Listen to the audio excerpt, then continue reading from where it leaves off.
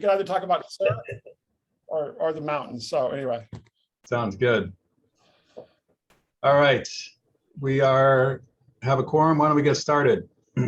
Any public comment? No public comments. Okay, thank you.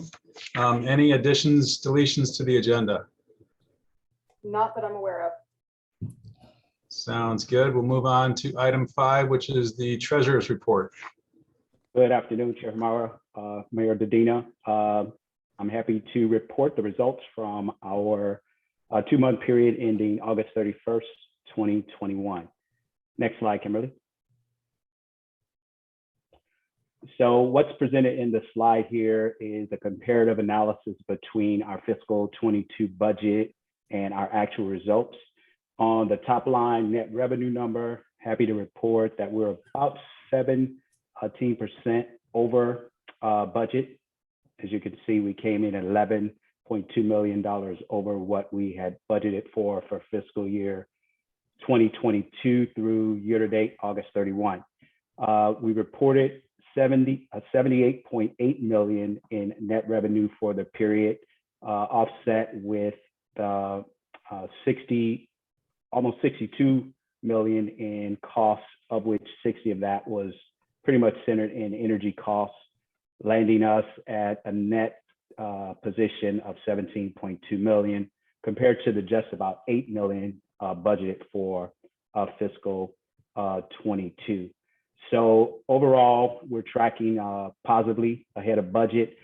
Did an analysis also to compare our fiscal year to date 8/31/22 results compared to our pro forma. Top line revenue, we're ahead by 3.2%. Keeping in mind that this could change as we go into the off-peak period, entering into the winter months.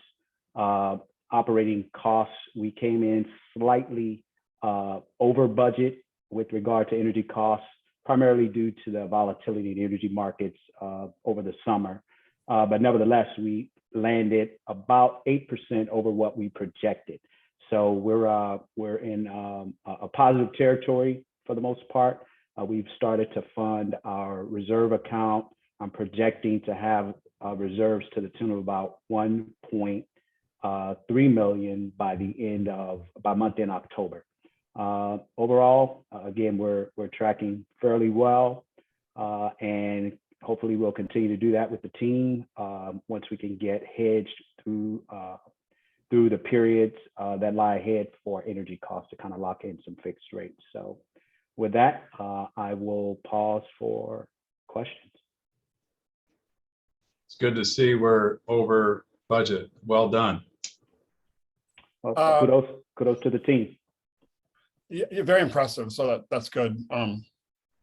This is a related question, but not. What's our bank? Or what is this? The money goes to River City? River City Bank. Yeah. River City is our current banking relationship right now. They're a regional bank in the Sacramento, Northern California area, and they have been the primary banker for most all the CCAs up to date. There's probably so they actually pioneered along with the CCA itself, pioneered the movement, because the other bankers didn't know what we were talking about. So we're kind of in the middle of the group there. Okay. Do we need any action, or are we just taking the report? Just receive and file report. Consider it received and filed. Thank you very much. Thank you. Item 6 is the delinquency policy. Lucas.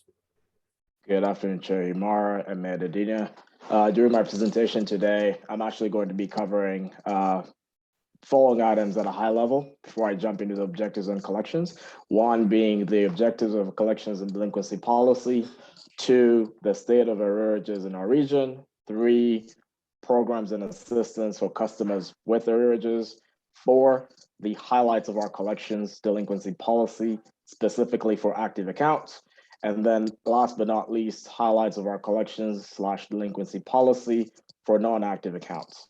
So at a very broad high level, all CCAs in the region do actually have a collection/delinquency policy.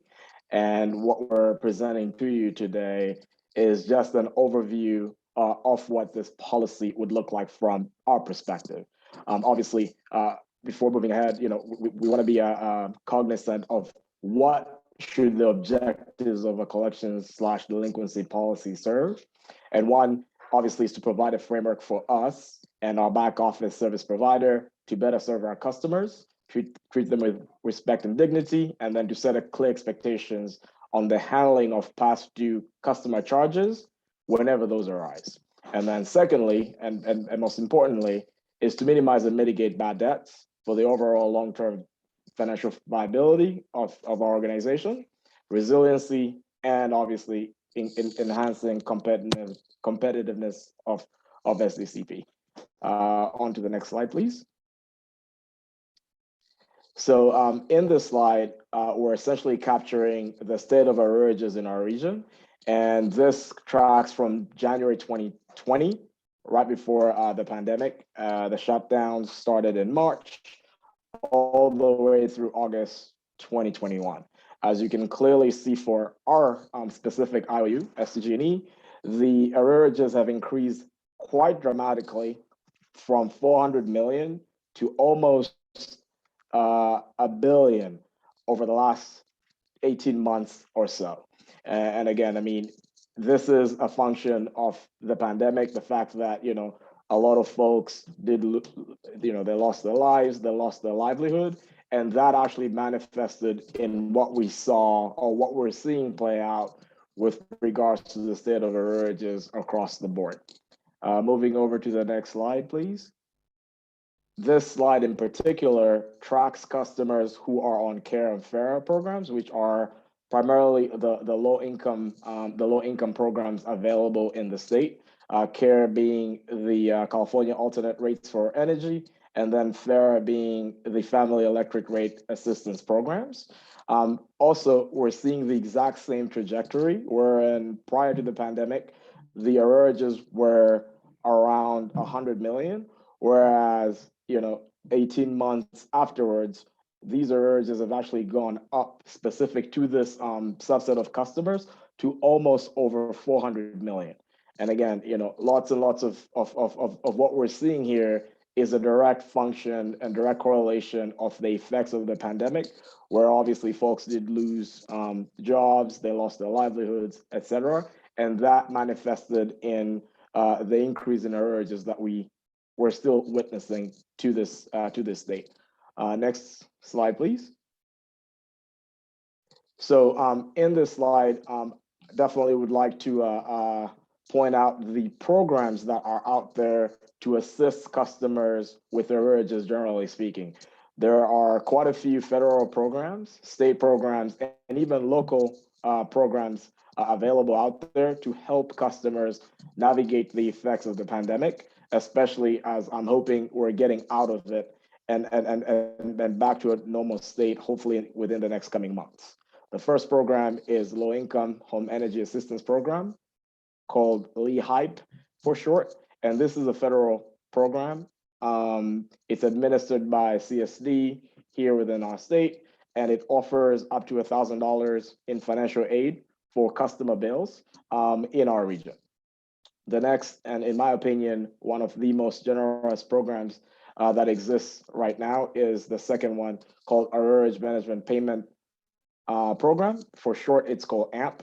And this program actually calls for a customer to be participating in either the CARE or FARA program to begin with.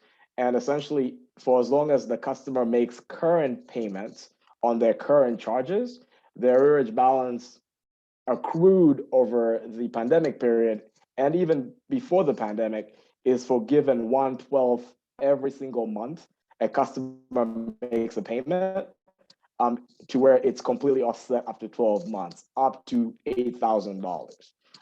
So this, in my opinion, seems to be a very generous program, so long as the customer can make timely payments on their current charges going forward. Wait, are we allowed to third ask program- questions now? Can we ask questions now, or you want to do it? Wait, Greg, you want to wait till the end? No, I'm fine with asking now as I'm long more as the than happy presenter to is. take any questions. Yeah, so I guess, and I'm not a finance guy, that's why, I'm glad the finance people are here, but since I run a nonprofit and a city, I was thinking about liabilities, financial liabilities. So if we get, let's say we get a substantial, let's say we have $1 million and whatever it will be, people haven't paid the San Diego Community Power. Is that's a liability on our books? Is that correct? And that's that. And so we're a for-profit, not a for-profit. How do we manage that? And then number two, if these repayment programs or debt forgiveness programs are completed, how does that help us fix that hole in our books? And maybe I'm asking the wrong question, but it's something I'm acutely aware of running a nonprofit. No, I think that's actually an excellent question, Mayor Dedina. And I will definitely loop to Eric to answer the finance. I can jump in there, Lucas. Yeah, thanks, Mike. I can jump in there. So it's kind of for someone who doesn't have any finance experience, that's a pretty technical question. So the first step is these are items that have been billed to the customers. So at that initial stage, they're considered revenues. And as we always do, even in pre-COVID time, we do anticipate a certain percentage will never be collected. So what we do, how it's reported on the financial statements, is the revenue is reported net of those bad debts. So the revenue is slightly less. For these AMP customers, even though they may get into this program, some of them will not complete the program, and some of that balance will end up going away. So we do need to adjust our uncollectible, that percent or the amount that we estimate to be uncollectible. We may have to adjust that. But our view initially is that anybody that goes onto AMP, it's just a receivable, but from a different bucket. So we'll get that funding through different sources. It may not come directly from the customer, may come from the state, but that's still a receivable. So long and short of it, there is a certain part of our customers we will never get collected from, and we anticipate that, and we'll reduce our revenue by that. So it'll reduce the revenue and it'll reduce our accounts receivable. So that's where you would see that.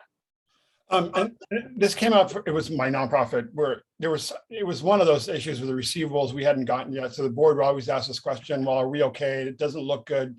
We'd have to have this complicated, explanation. Everything was fine because of this issue, right? And so I'm wondering, is that something you guys are concerned of? Because at some level, it's either Bill or the future, it's the CFO, or it's the future ED that would be then liable for this issue that's on the financial statement. So that's all. I always think about that, like, when we have these issues come up. So anyway.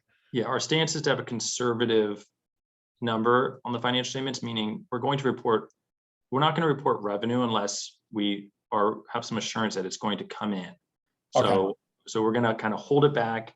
And then, although Lucas will get to discuss the cap arrangement later, that's something that we don't have assurance of exactly right now. So we might write things off.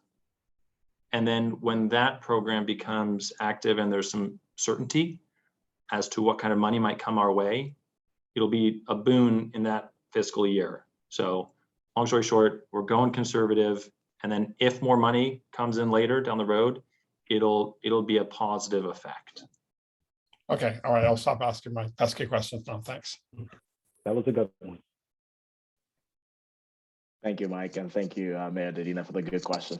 Yeah, just to add to what Mike has articulated, so for arrearage management program, the AMP or the debt forgiveness program, if this debt is being forgiven, it doesn't mean that we're out of that AR. All that it means is that the funds will actually not come from the customer or the funds that are being forgiven, but those funds will actually emanate from the public purpose program fund.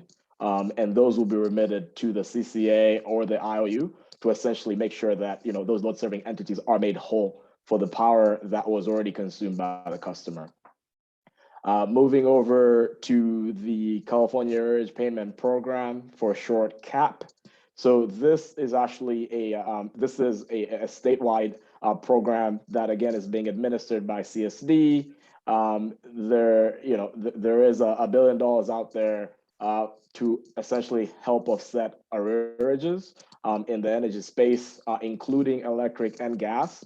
And for the IOUs serving electric service, the allocation is 694.5 million. And of that, we're actually in the process and we're engaged with CSD, the IOU, so SDG&E and other CCA stakeholders to make sure that we are also getting these funds. For CAP in particular, customers do not have to apply for these funds. These funds will be automatically dispersed by CSD to the IOUs and subsequently to the CCAs, so long as the arrearages were accrued under the covered period, meaning at the height of the pandemic, from March 4th, 2020 through June 15th of 2021. And we're actually in the process of seeking this allocation alongside SDG&E and the rest of the CCAs. Moving over to the next slide, please. We also have a new program that was just one slide more, one slide back, please. Thank you. We also have sorry, one more. Forward, there, thank you. There is also a percentage of income payment plan pilot program that the CPUC just approved on October 8th.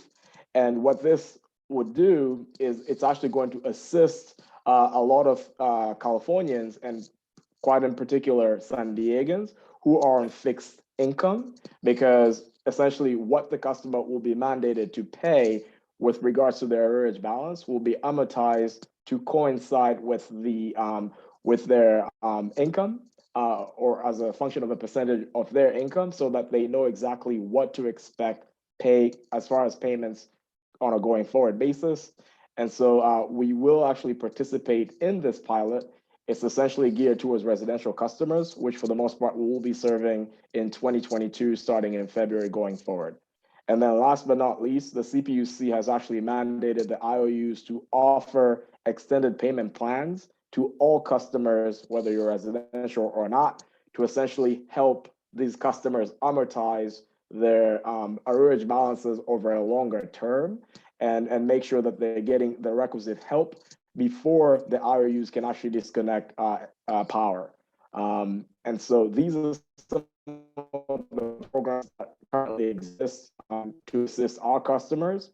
And we have created a dedicated webpage on our website, essentially referencing all these programs and a few others as well, so that customers can have that information directly at their fingertips. On to the next slide, please. Now that we've seen the state of arrearages and the objectives of a delinquency policy, I would like to highlight a few of the policy mechanics with which we're looking to take to the board for their review and approval, so that we can actually have a robust collections and delinquency policy going forward. The one aspect of our policy is actually going to be dealing with active accounts, so customers that are currently still in our service. And for those, we are going to recognize a balance as being past due once it reaches the 60-day mark. Whereas with SDG&E, they recognize a balance to be past due after 19 days. So we're making it more customer-centric, obviously giving customers a longer lead time to make arrangements to pay their bill before we recognize a balance to be delinquent from our perspective. And that balance has to be at $250 or higher. And what we will do in that instance is to send customers communication via mailing. Actually, they're going to receive one late payment notification at the 60-day mark, essentially letting them know that, hey, you do have a past due balance here, and that you should start making arrangements to either get on a payment plan or make some sort of an arrangement to pay the balance in full. The second notification will be sent once the customer is at 90 days past due, essentially telling them the exact same thing and offering them programs and information through which they can get assistance to be able to assist in offsetting their past due balance. And then we'll also give them 30 days after that second late payment notification And if they do not make any arrangements to either get on a payment plan or make a payment in full, then at that point, what we will do is essentially return them to bundle service. And the reason why that's important, and this is how every load serving entity does it in the state, is because the CCAs and other load serving entities other than the IOU, we do not have the power to discontinue or to disconnect service. And that's the essence of returning the account back to bundle service. And that will occur 30 days after the second late payment notification is sent to the customer. Now, we definitely do know that there are a lot of payment plans out there that are offered by the IOUs as part of the federal programs or state programs, or even in some cases, local programs. And from our perspective, any customer who has a past due balance, or essentially who meets the definition of a delinquent, from our perspective, if this customer would get on a payment plan, at that point, we would consider this customer to be in good faith, making an attempt to pay their balance or their charges. And as such, we will not return them either to bundle service or enforce our delinquency policy at any point in the cycle going forward. And this is why we felt it prudent to actually bold that specific nuance so that customers can actually know that we are trying to be as customer-centric as possible, while obviously trying to mitigate our exposure from bad debts. Moving on to the next slide, please.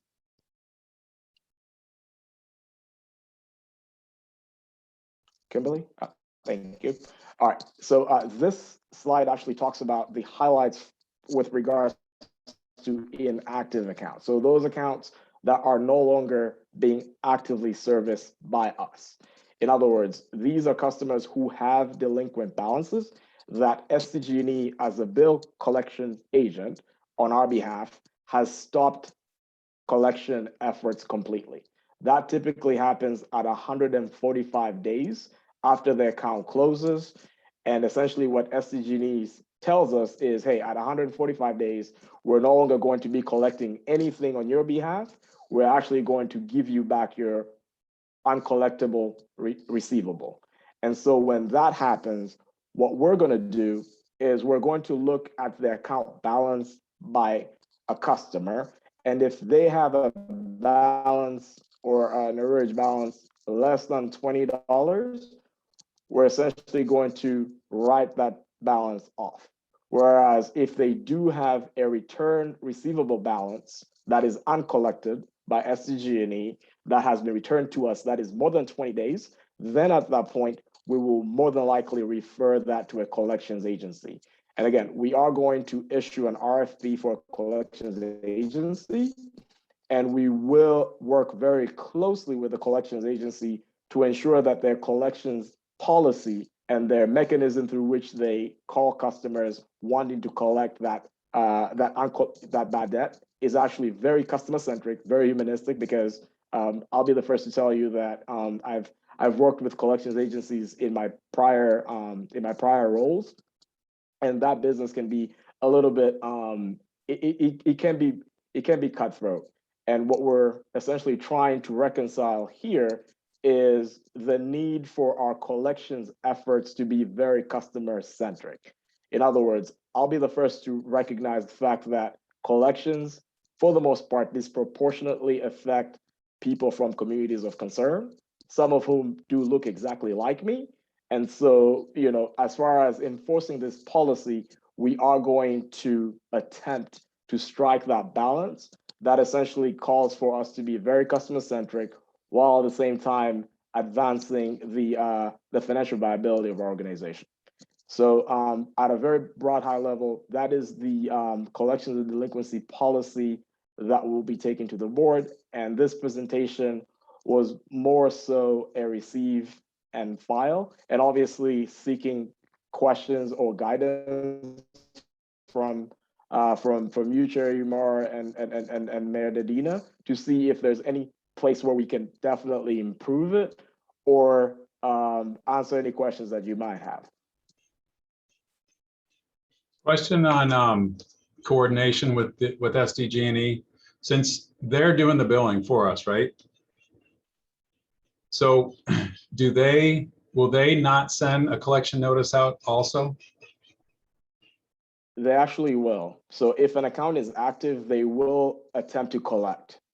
Because again, on the bill, if a customer is delinquent, more than likely they're delinquent from our perspective, meaning, the commodity charges, as well as the transmission and delivery charges. So And- does that mean the customer will get 2 delinquency notices, one from SDG&E and one from SDCP? So SDG&E typically doesn't send late payment notification. They actually put a bill insert, generally speaking, and that will happen way before we send our late payment notification. Because again, SDG&E recognizes a balance to be delinquent at the 19th day. In other words, when you get your bill and you see charges are due by, let's say, the 20th of this month, essentially after that due date elapses and you still have not paid, from the SDG&E's perspective, that balance is delinquent. Whereas from our perspective, we're actually going to allow this customer 30 more days, almost a month and a half before we consider it to be delinquent. So by the time we send our first late payment notification, a customer would have already received a bill insert from SDG&E letting them know that they do have a delinquent balance. So I'm trying to avoid confusion on the customer's side of things because we're not the billing entity.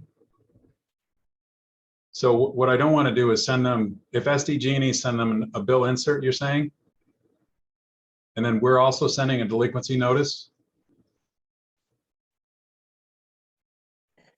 Correct. So the way that we look at it and the way that the other CCAs in the state look at it is, for the most part, a lot of us, unfortunately, we don't look at our bills necessarily. You put it on auto pay, you pay if you pay, and the only time that you ever go and actually physically look at your bill is if there's something amiss. If you're accustomed to seeing a $50 charge and all of a sudden, a bill comes in and you see an automatic debit out of your account for 150, then you more than likely you'll spend time to check on it. And so what the other CCAs before us have found to be helpful is a lot of these customers who are delinquent from the utilities perspective don't actually look at the bill to see that bill insert, and what actually elicits an action to either get on a payment plan or make some sort of a payment arrangement is usually, at least from the CCA charges perspective, is usually driven by the late payment notification that they get directly from the CCA, as opposed to that bill insert that goes on a regular utility bill, which most customers, for the most part, don't even look at. I think that was the question, the answer I was looking for, is that we're doing something different and on top of what SDG&E does to help protect our financial interests, but it's not necessarily a repetitive notice. Exactly, it actually isn't. It's more so. That makes sense. I'm trying to make sure our communication is well received. That's all. Absolutely, Cherry Mara. And yes, I mean, I think, learning from what the other CCAs have done in the space, there is general consensus that sending a late payment notification outside the framework of a bill insert on a bill is usually the most effective way of eliciting a positive response from the customer.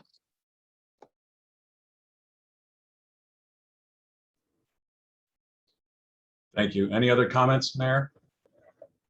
No, thank you. I was going to ask questions, but I think this last piece provided it, and so did you, Greg. So thanks, appreciate it. I can imagine how sensitive this is, and I'm not laughing at it's sensitive. I'm just laughing because I've been on the call. I've been on the other end of those calls as well, and it's not fun for anybody, especially if you're unemployed or whatever. So I can appreciate how sensitive this is, but also the fact is at some point people have to figure out how to get the people to pay or address it. So thanks.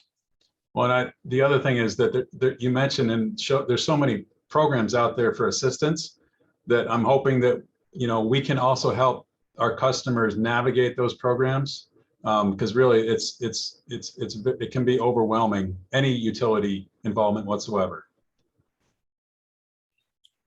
That's a great point. Absolutely. Thank you.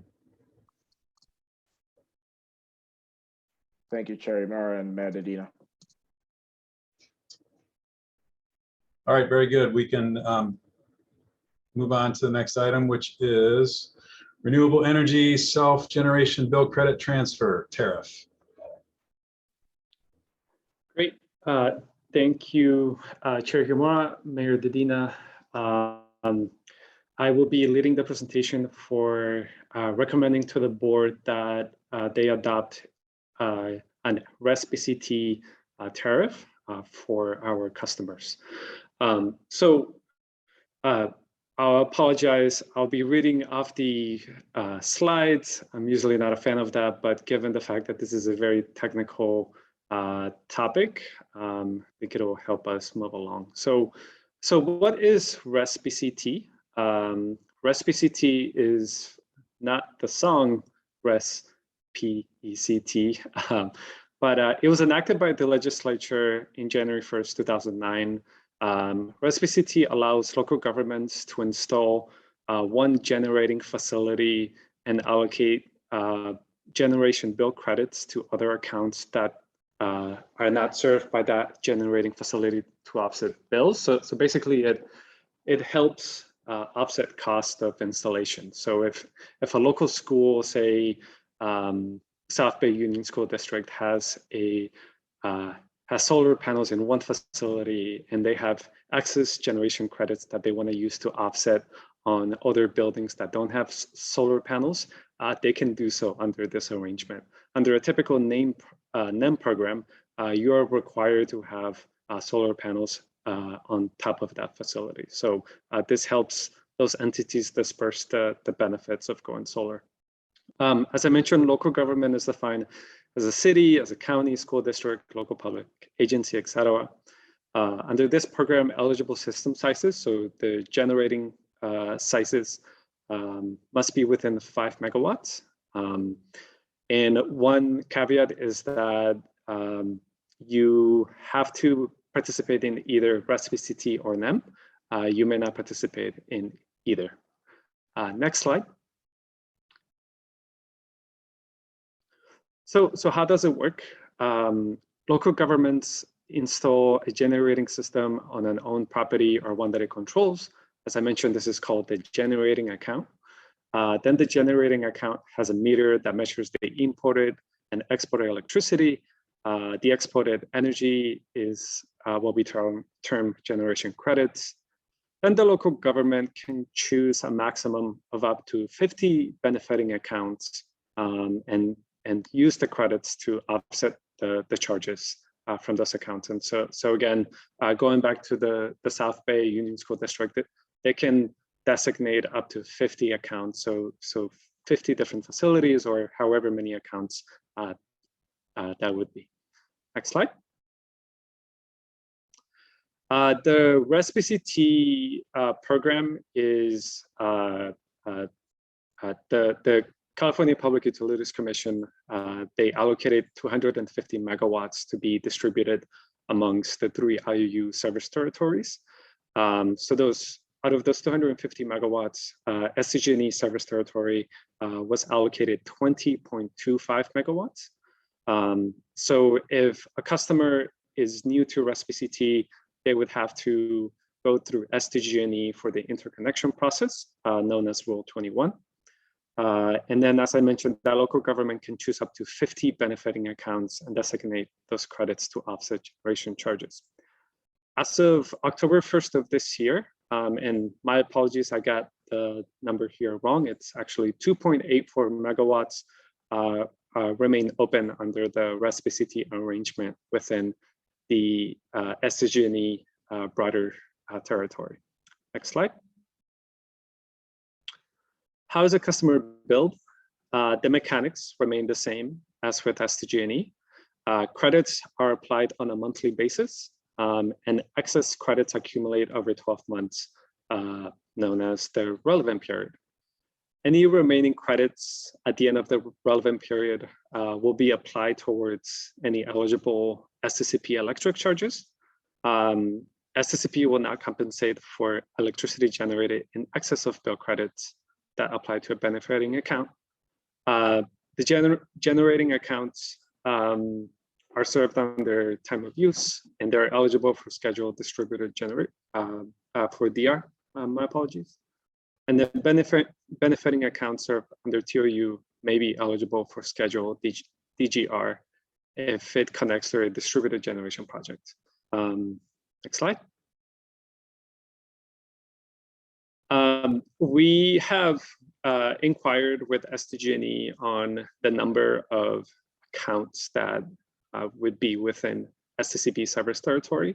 Right now, we know of really two arrangements or three arrangements. We're still trying to work on that third one that are within our service territory.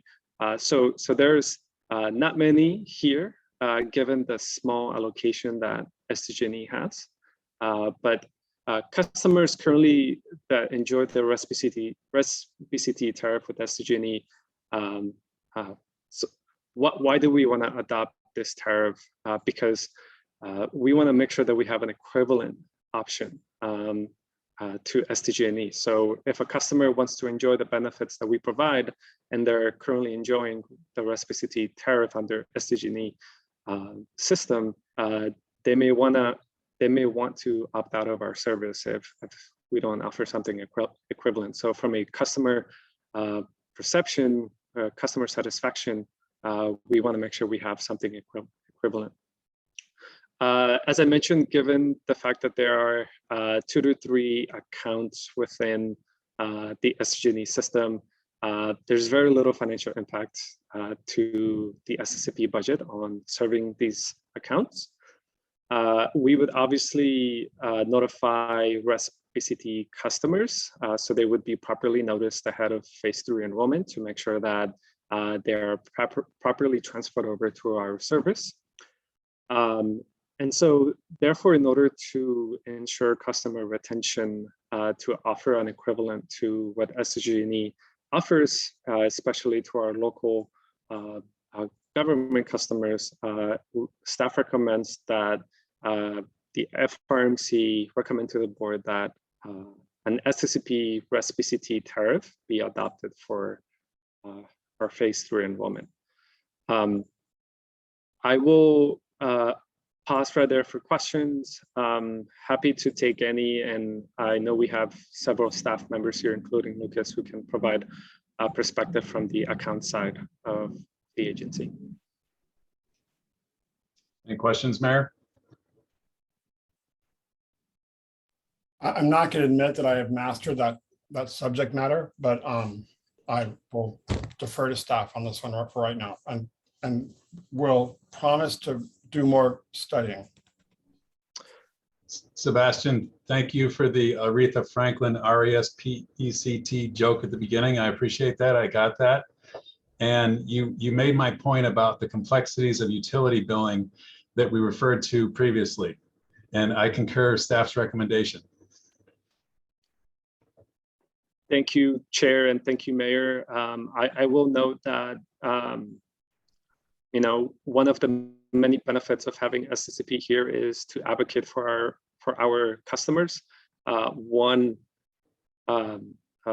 recommendation we've received from customers currently under the RESVCT arrangement is to expand the capacity that the PUC has assigned to SDG&E.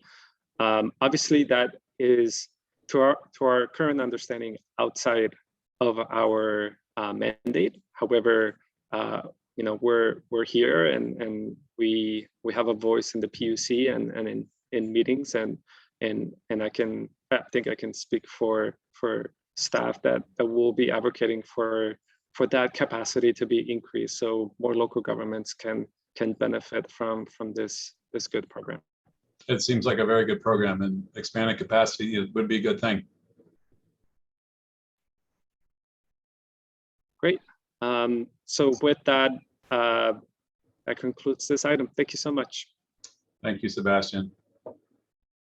So item 8 is recommendation on phase 3 net energy metering enrollment. Thank you, Chair Himura. I'm actually going to provide a quick background on this specific item. So during our board meeting in April, the board did actually approve a phase 3 customer enrollment phase schedule.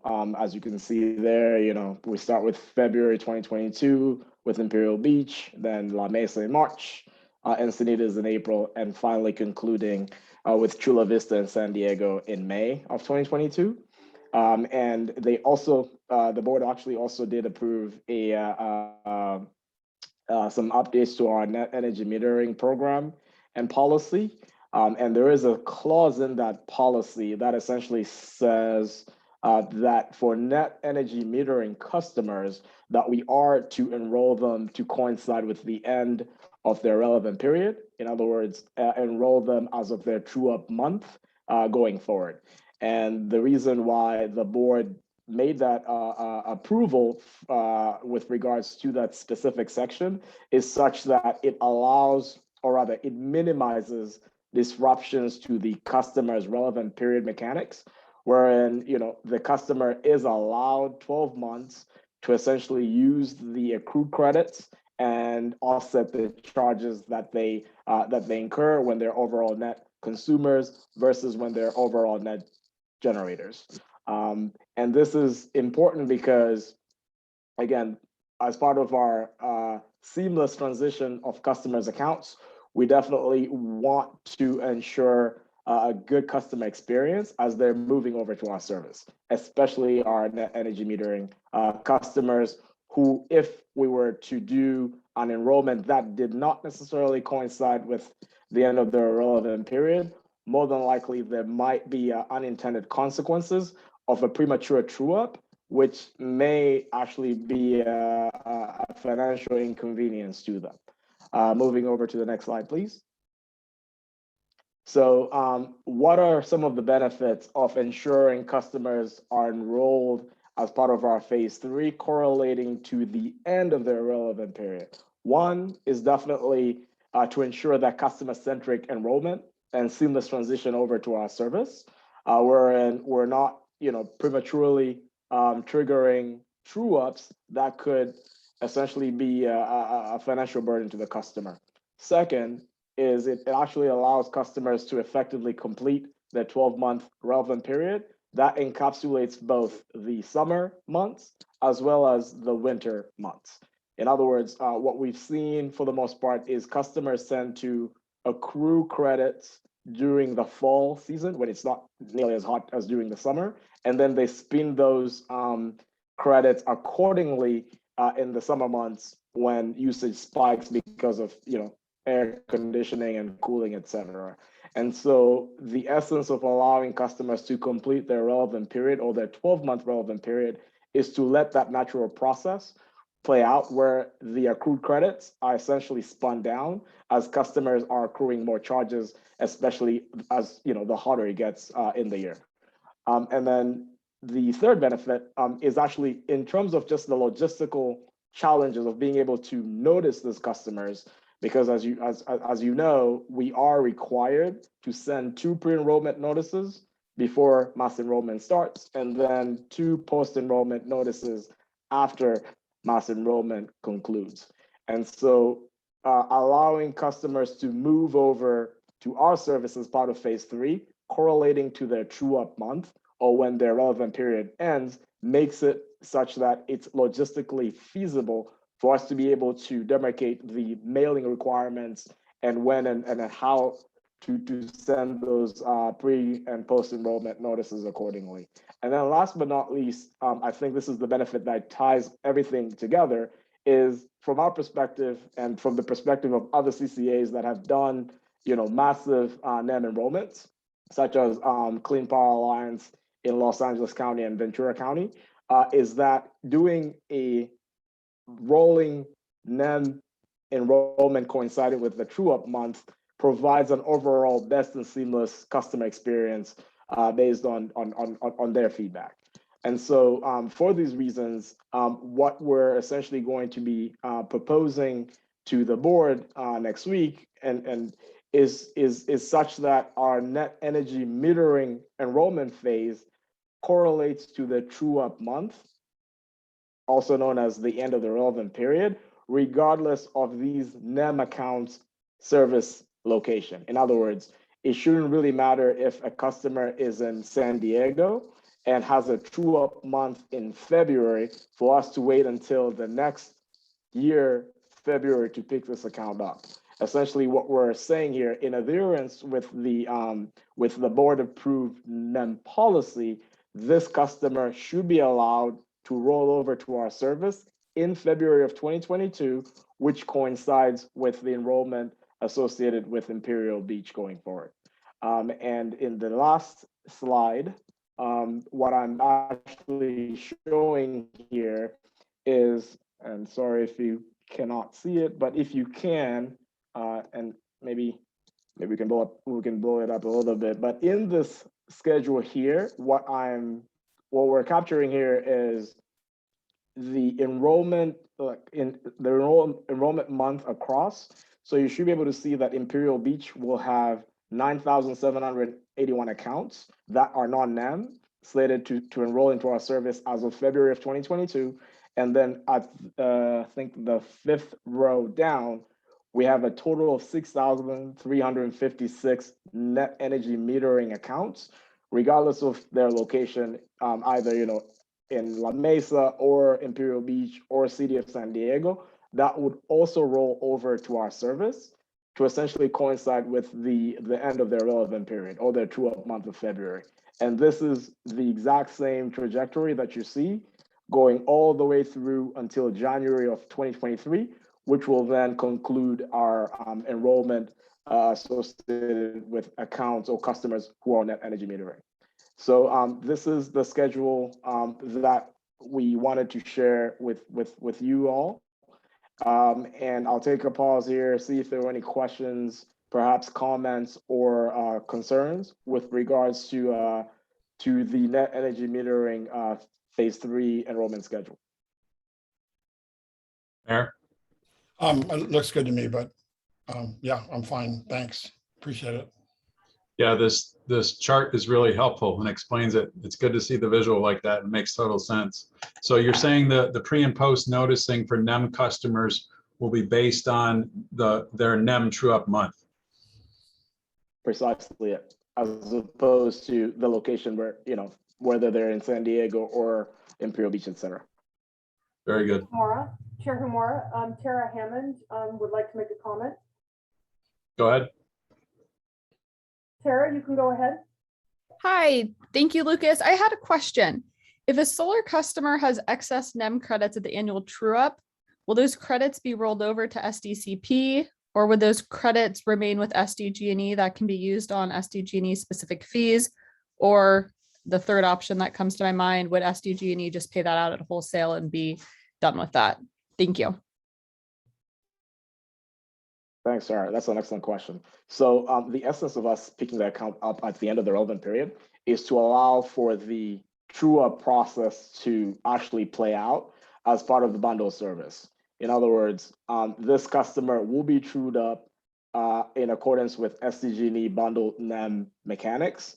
And once that is completed, that account is going to roll over to our service with the clean slate, so that we can essentially start our net energy metering program on SDCP service going forward for the next 12 months of the relevant period.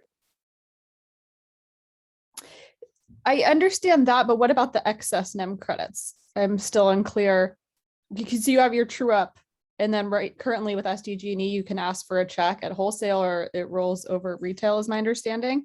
But since it's now going to be with San Diego Community Power, if you have excess credits, is SDG&E paying you out at that time? Are they keeping it as a credit for your SDG&E specific fees? It sounds like it's not rolling over to San Diego Community Power, but I'm unclear what happens with those credits on the SDG&E side. You are correct. So yes, SDG&E would actually true the account up and essentially make the payment based on their net surplus compensation mechanics if this customer was an overall net generator from a commodity perspective. Okay, thank you so much. My pleasure. Any other comments or questions for staff? Very good. Hearing none, we'll recommend you push this on to the board. Thank you for that. Thank you, Chair. And we're on to item 9, which is committee member announcements. Mayor, anything further other than the snowfall projections for the Sierras? Well, snowfall's good because we're definitely in the driest weather on record on the west, which I think highlights why we're all doing this, right? So great work, and it's good to see the organizational development piece, the financial management piece, the dominance of the clean energy market piece come together in a very well-run organization, and we're glad to be part of it. And of course, the best city, the coolest city is going to be first to have the customer enrollment. So we do appreciate that. The coolest city, beach city, does appreciate the fact that all this is coming together to serve IB. So thank you all. And good luck with the enrollment period in IB, Mayor. I'm sure it'll go great. Thank you all very much. We are adjourned. Take care. Thanks, guys.